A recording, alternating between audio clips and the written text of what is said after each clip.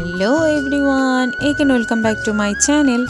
তোমরা সবাই কেমন আছো? আশা করছি সবাই খুব ভালো আছো, আর আমিও ঈশ্বরের কৃপায় খুব ভালো আছি। এর আগের ব্লগে তো তোমাদের জানালামই যে এবার থেকে আমি একটা হেলদি রুটিন মেনটেন করে চলবো। তো যেমন কথা তেমন কাজ। আমি কিন্তু অনেক সকাল সকাল ঘুম থেকে উঠে গেছিলাম। তখন বাজছিল ওই 4:45 মতো। যে মেয়ে 7:30-8টায় ঘুম থেকে ওঠে, তার কাছে 4:45-5টায় ঘুম থেকে ওঠাটাও কিন্তু অনেকটাই তাড়াতাড়ি। তো এখন আমাকে আমার বাসি কাজগুলো সেরে নিতে হবে। এর আগের ব্লগে তো তোমাদের বললামই যে শাশুড়ি মা বাড়িতে নেই, তাই মাথার ওপর অনেক দায়িত্ব। আর যে মাসিটা আমাদেরকে কাজে সাহায্য করে দেয়, সেই মাসিও আজকে আসতে পারবে না, তাই আমিও আর লেট করিনি। ঘুম থেকে উঠেই সমস্ত কাজগুলো আমি একে একে সারতে শুরু করে দিয়েছি। এই যেমন ধরো, ঘুম থেকে উঠেই সবার আগে তালা খুলে দুয়ারে জল দেওয়া, তারপর সাইকেল বাইকের চাকাগুলোকে ধুয়ে দেওয়া। এবার আমার শ্বশুর মশাই যেখানে শুয়ে থাকে, মানে আমার শ্বশুর শাশুড়ির ঘরটা, বিছানাটা ভালো করে গুছিয়ে নিলাম। তারপর গোটা ঘরে সুন্দর করে ঝাড়ু দিয়ে দিলাম। আচ্ছা, আমি বুঝতে পারি না, আমি কিন্তু দিনে 2-3 বার করে ঘর ঝাড়ু দিই, তারপরেও যে এত নোংরা কি করে জমা হয়। রোজ সকালে যখনই ঘরটা আবার ঝাড় দিতে যাই, দেখবো অনেক অনেক নোংরা জমা হয়। কি করে যে আসে আমি নিজেও বুঝতে পারি না। এবার দেখো, আমি ঘরটা সুন্দর করে মুছে নেব।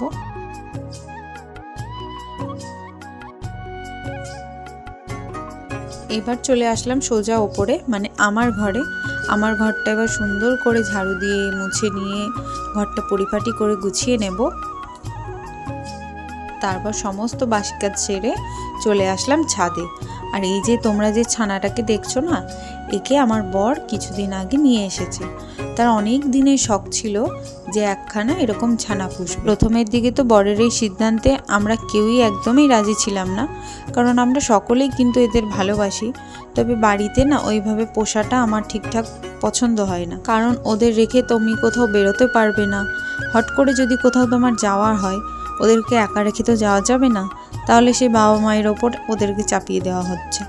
আর বাবা মায়ের তো বয়স হয়েছে, তারাই বা আর কত এইভাবে ঘরবন্দি হয়ে থাকবে, তাই না বলো? তাদেরও তো এখন মন চাই যে আজ ছেলের বাড়ি কাল মেয়ের বাড়ি, এইভাবে ঘুরে ঘুরে বেরোবে। তবে বরকে অনেক বোঝানোর পরেও শেষমেশ বরের জেদের কাছে আমরা হার মেনে যাই। তাই আপাতত ও এখন আমাদের বাড়িতেই আছে। আর আমার বর অনেক শখ করে ওর নাম রেখেছে বারবি। বারবির গল্প না হয় পরে আবার অন্য এক ভিডিওতে করব। আপাতত তোমরা দেখো আমি এখন আর কি করি। তোমরা তো দেখতেই পেলে, ছাদ থেকে নামতে নামতে আমার প্রায় 6টা বেজে গেল।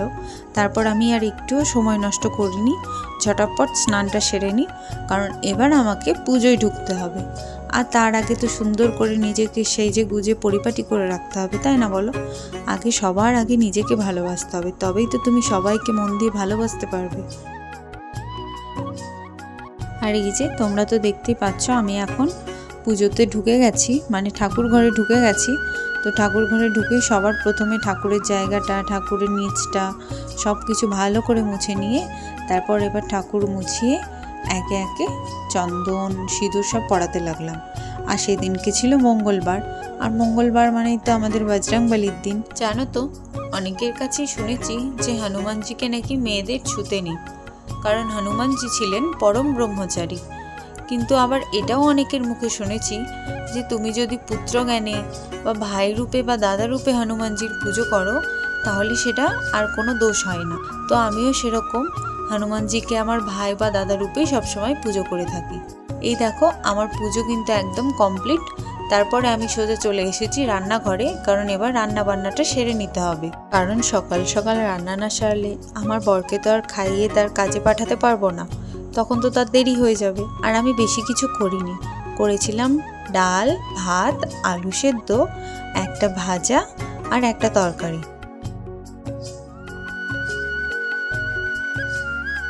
তারপর বারবিকে কয়েকটা বিস্কুট খাইয়ে আমি বসলাম এবার চা নিয়ে।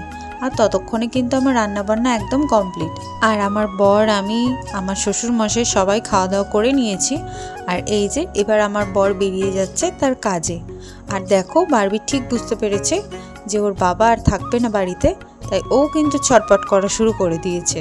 আর ওকে যত টাটা টাটা বলা হবে ও যেন আরোই তত ছটপট করতে থাকে। যে যেখানে যাবে তার সাথে যাওয়ার জন্য ও তখন বায়না শুরু করে দেয়। জানো তো, আমি আমার বাড়ির সবাইকে শিখিয়েছি যে কোথাও বেরোনোর আগে একবার রাধে নাম বলে বেরোতে। আমি মনে করি তাদের যাত্রা শুভ হয়। ঘড়ির কাঁটায় তখন বাজছিল ঠিক 9টা। আর দেখো, আমি আমার কাজ, রান্নাবান্না, পুজো সব কিছু কমপ্লিট করে নিয়েছি এত তাড়াতাড়ি। আর সমস্ত কিছুই এত সুন্দরভাবে সময়ের মধ্যে হয়ে গেছে, তার একমাত্র কারণ আমি তাড়াতাড়ি ঘুম থেকে উঠেছিলাম। তো এবার থেকে আমি এই রুটিনটাই মেনটেন করে চলবো।